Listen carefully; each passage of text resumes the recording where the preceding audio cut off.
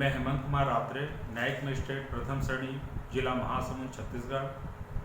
मैं आज पुनः एक बार आप मन के समक्ष जिला विधिक सेवा प्राधिकरण महासमुंद की ओर से उपस्थित हुए हैं। जैसे कि आप सब मन जानत हो कि महिला मन के साथ युग युग से कई प्रकार के उत्पीड़न होता है और कार्यस्थल पर भी महिला मन के उत्पीड़न होते।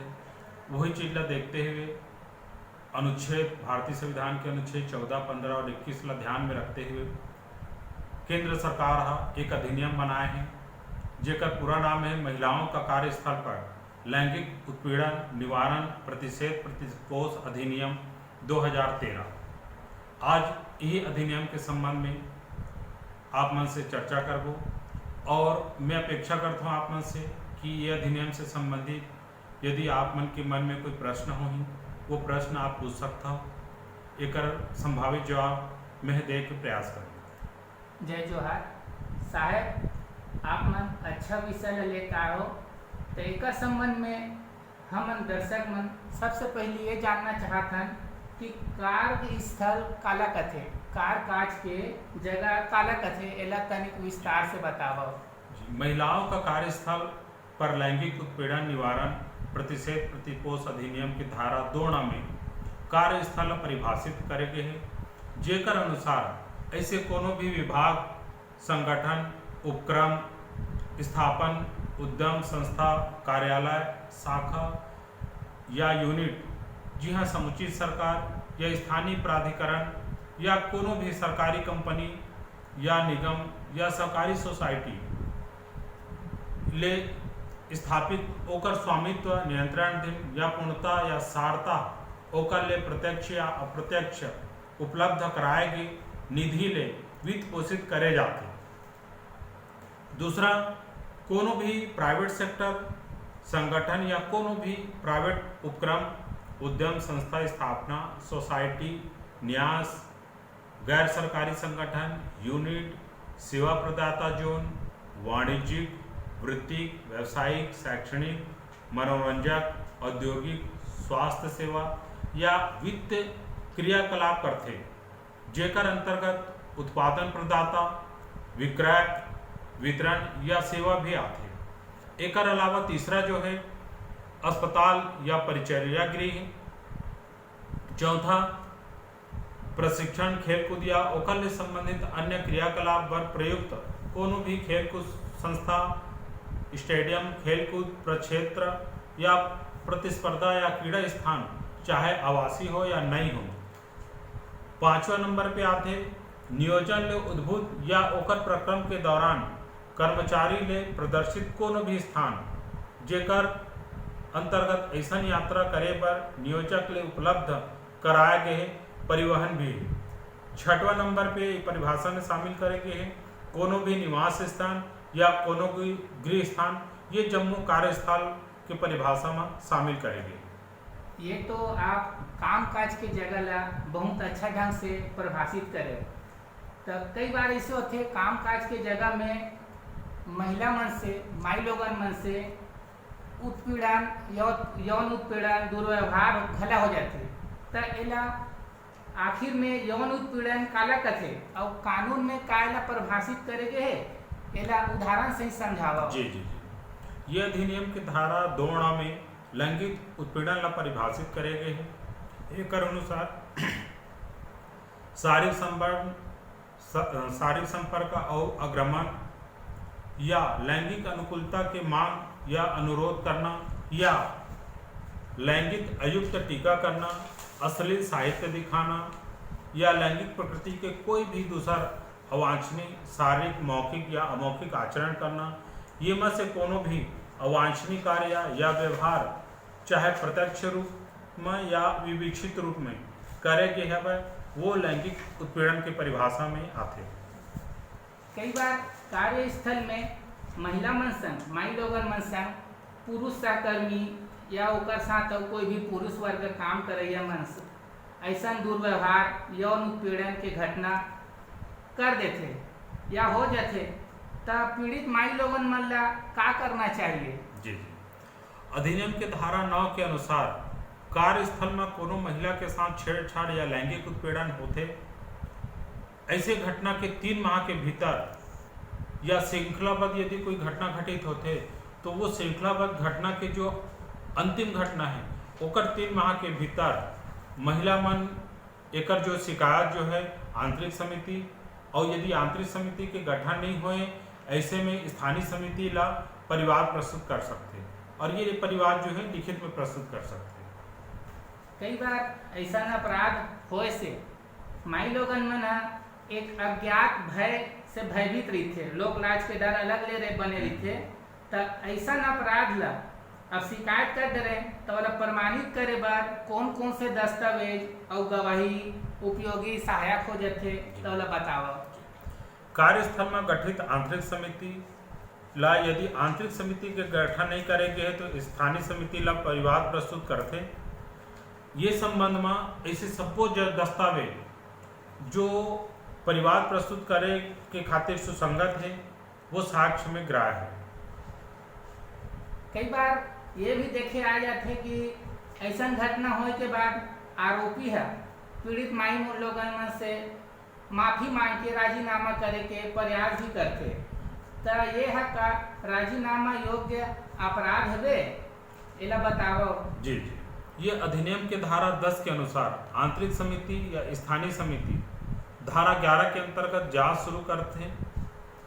एकर पहली व्यथित महिला के अनुरोध में 16 के माध्यम से ओकर और प्रत्यर्थी के बीच मामला ला निपटा जाए के प्रयास कर सकते, परंतु कोनो प्रकार के धनी समझौता या सुलह धनी आधार पर नहीं करे जा सके। साहब के काम काज के जगह में माई लोगन मन से छेड़छाड़ व्यवहार के घटना होते तो ये है का जमानती अपराध है। ये अधिनियम के अंतर्गत पीड़िता ले आंतरिक समिति या स्थानीय समिति ला सिफारिश करे जाते, जेकर जांच उपरांत अपन रिपोर्ट नियोजक ला प्रदान करते। ये अधिनियम के तहत शिकायत पुलिस के समक्ष नहीं हुआ, एकर नाम से में गिरफ्तारी के भी कोई प्रावधान नहीं दिए। कई बार देखे जाते काम काजी महिला मन माई लोगन मन ला पता नहीं हुए कि ऐसा घटना घटे के बाद और का करना है, तो एकर ले संबंधित का और कानूनी प्रावधान है। परिवार प्रस्तुत के प्रावधान अधिनियम के धारा 9 और एकर उपरांत करे जा सके वाले कार्यवाही के प्रावधान अधिनियम के धारा 10 और 11 में उपबंधित करेंगे। ऐसा अपराध में यदि पीड़ित माई लोगन के उम्र है 18 बरस से कम है तो एकर का प्रभाव पड़ सकत है, एकर बारे में थोड़ा बताओ। अधिनियम की धारा 28 के अनुसार यह अधिनियम के उपबंध में तत्सम में प्रवर्तक किसी अन्य विधि के उपबंध मन के अलावा होही, न कि ओकर अल्पीकरण में, अर्थात पीड़ित के ऊपर जाति आदि के आधार में ये कानून के साथ साथ संबंधित कानून के विधि भी लागू होगी। ऐसा अपराध होए से एकर तहत आरोपी ला कौन से दंड दिए जा सकत है और पीड़िता माई लोगन बर का क्षतिपूर्ति या हर्जाना उपलब्ध है, तनिक विस्तार से बताओ। बहुत अच्छा प्रश्न है आप मन के। अधिनियम की धारा 13(3) में दंड और क्षतिपूर्ति के प्रावधान करे गए हैं। धारा 13(3) के अनुसार जहां आंतरिक समिति या स्थानीय समिति ये निष्कर्ष में पहुंचते कि हर एक प्रत्यर्थी के विरुद्ध अभिकथन साबित हो गए है, वहाँ ओकर नियोजक ला या जिलाधिकारी ला सिफारिश कर सकते, और ये सिफारिश का हो सकते ये संबंध में बताना चाहता हूँ। पहला, प्रत्यर्थी ला लागू सेवा नियम के उपबंध के अनुसार कदाचार के रूप में जहाँ ऐसे सेवा नियम नहीं बनाए गए हैं वहाँ ऐसा रीति ले जो विहित करे जाते लैंगिक उत्पीड़न पर कार्रवाई करे जा सकते। समिति ये भी सिफारिश कर सकते कि प्रत्यर्थी ला लागू सेवा नियम या कोनो बात के होते हुए भी प्रत्यर्थी के वेतन या मजदूरी ले व्यथित महिला ला या ओकर विधिक वारिसान ला संदत करे जाए। ऐसे राशि जेला वो समुचित समझे कटौती करे जाए।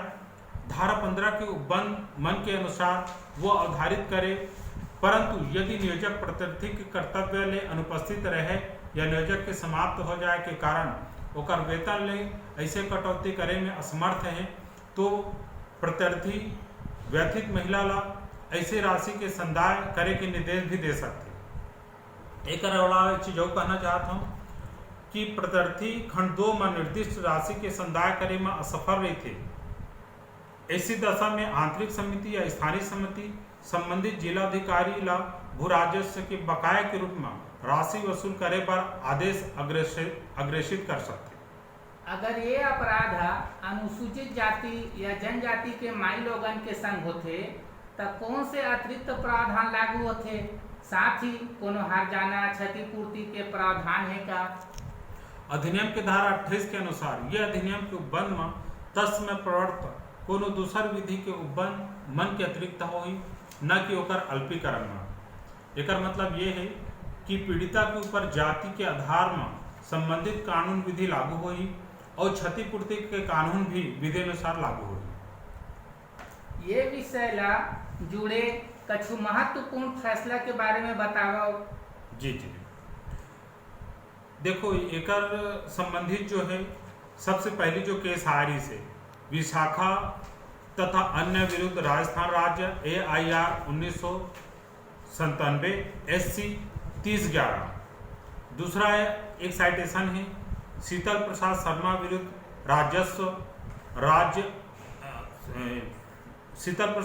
विरुद्ध राजस्व राज्य एवं अन्य SB सिविल रीट क्रमांक 2313/2018। निर्णय दिनांक एकर है 6/4/2018। एकर अलावा एक अन्य साइटेशन महत्वपूर्ण है जेला बताना चाहता हूँ आप मन ला। गौरव जैन विरुद्ध Hindustan tax family planning Delhi उच्च न्यायालय WPC नंबर 139/15। निर्णय दिनांक एकर है 7/1/2015। साहब, ये विषय ले जुड़े हुए कुछ बुनियादी या व्यवहारिक कठिनाई जो आप अपन व्यावसायिक अनुभव अथवा प्राधिकरण में आवत मामलों के आधार पर चिन्हित कर सकत हो का, जेकर ले प्रार्थी पक्ष ला या संबंधित पक्ष ला लाभ हो सके? जी जी, ये आप व्यवहारिक प्रश्न करे हो।